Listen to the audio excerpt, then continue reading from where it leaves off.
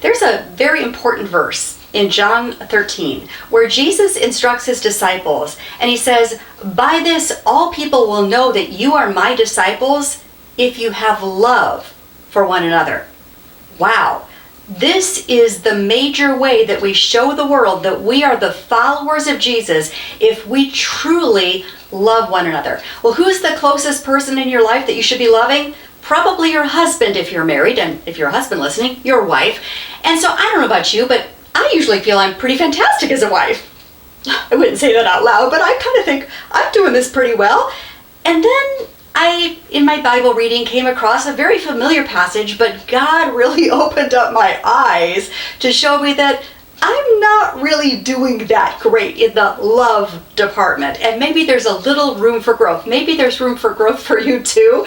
Let me just read a familiar passage, but I want you to linger over it as I was lingering over it, and just ask yourself some questions like, Lord, am I doing well in carrying out love as you describe love? It's from 1 Corinthians 13. Again, I'm just going to read this kind of slowly. Please stay with me and actually kind of rate yourself. Allow the Holy Spirit to give you a scorecard here.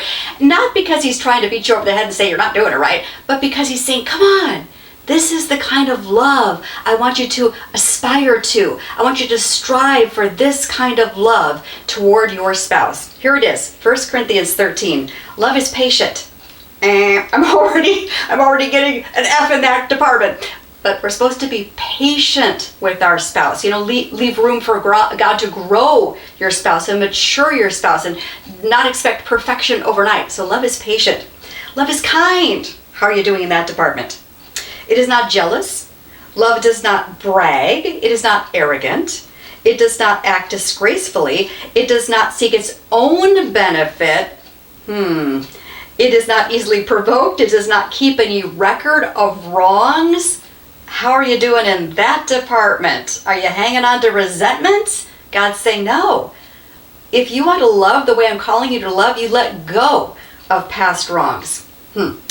Furthermore, it does not, he's talking about love here, it does not rejoice in unrighteousness, but rejoices with the truth. It keeps every confidence. It believes all things, hopes all things, endures all things. That's the American Revised Standard Version, but you can read it in any translation you want, and I think you're going to be gently convicted by God as I was. Ladies, let's strive to love the way that God calls us to love. It's pretty extravagant.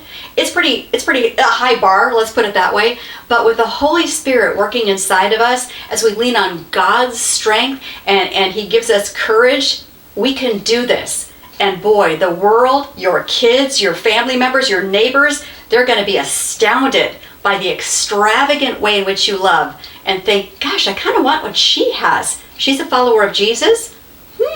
Interesting.